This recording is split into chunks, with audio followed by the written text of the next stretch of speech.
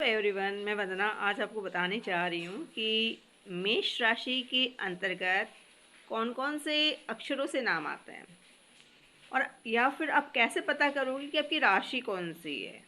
ठीक है। और अगर आपका जो जन्म हुआ है, जिस नक्षत्र के किस नक्षत्र के किस चरण में हुआ है और कौन सा नाम आना चाहिए, इस बारे में आपको मैं बारीकी से बताने जा रही हूँ। तो आज हम बात करें मेष राशि। तो पहले समझने वाली बात यह है कि कोई भी राशि जो होती है उसमें कितने चरण होते हैं? 9 चरण होते हैं। ठीक है, 9 चरण होते हैं और हर नक्षत्र के 4 चरण होते हैं। जितने भी नक्षत्र होते हैं उनके सिर्फ 4 ही चरण होते हैं और राशि में होते हैं 9 चरण। राशि में होते हैं 9 चरण और नक्षत्र में होते हैं 4 चरण।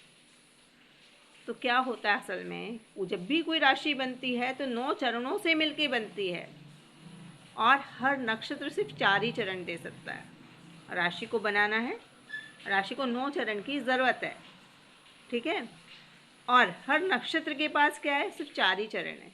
इसलिए हर राशि के अंदर क्या होता है, हमें 3 नक्षत्रों का प्रयोग करना पड़ता है। ठीक है।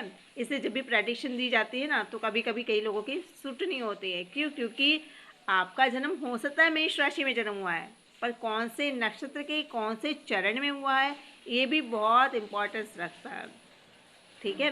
तो आज हम बात करें मेष राशि में। तो मेष राशि जो होती है उसमें भी 9 चरण है, हर राशि में 9 चरण है। ठीक है। तो मेष राशि में भी क्या होते हैं?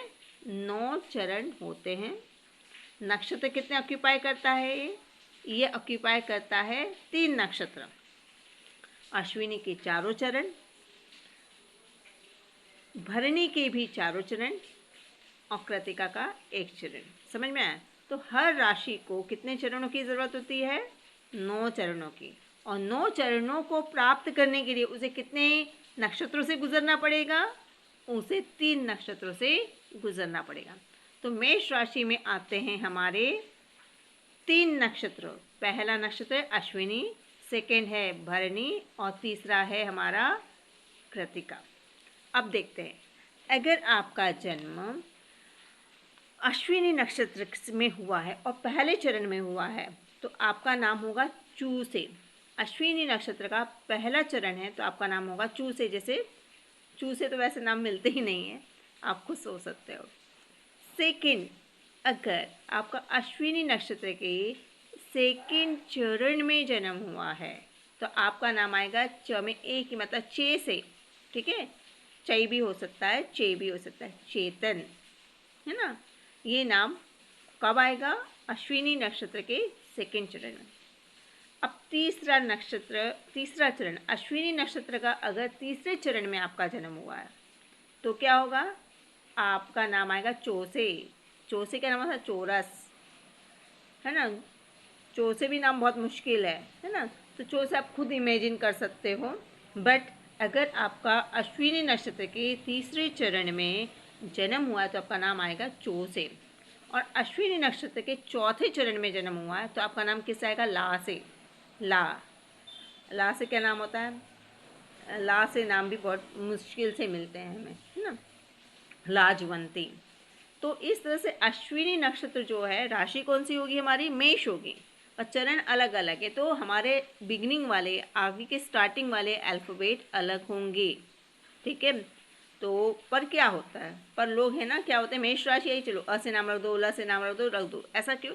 क्योंकि आप खुद ही सोचो, चो से नाम रखना कितना मुश्किल है, चू से नाम रखना कितना मुश्किल है, इसलिए ऐसा किया जाता है।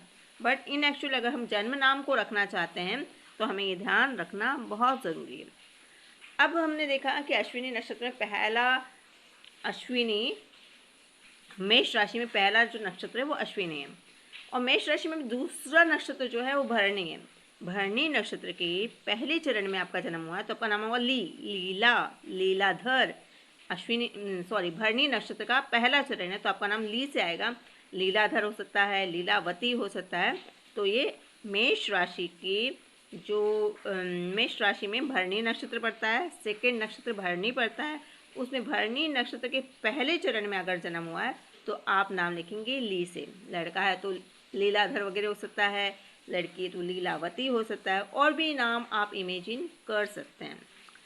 अगर भरणी नक्षत्र के सेकंड चरण में आपका जन्म हुआ है तो आपका नाम आएगा लूसेन। अब सोचो लूसेन नाम रखना कितना मुश्किल है ना।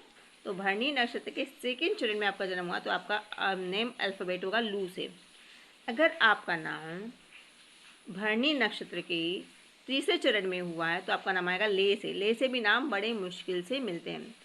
और अगर भरणी नक्षत्र के चतुर्थ चरण में जन्म हुआ है तो आपका नाम आएगा लो से, है ना। लो से भी नाम हमें बहुत मुश्किल मिलते हैं, लोपट, लोचन, ये नाम हो सकते हैं।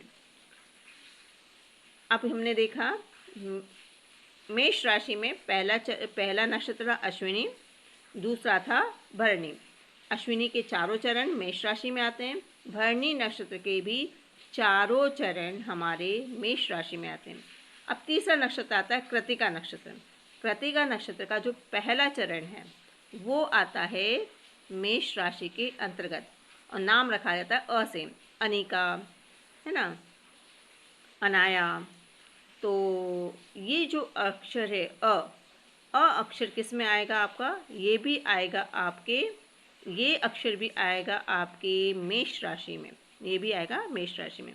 तो इस तरह से हमने देखा कि जो हमारी मेष राशि होती है उसमें हर राशि के अंदर 9 चरण होते हैं, है ना, 9 चरण होते हैं ना।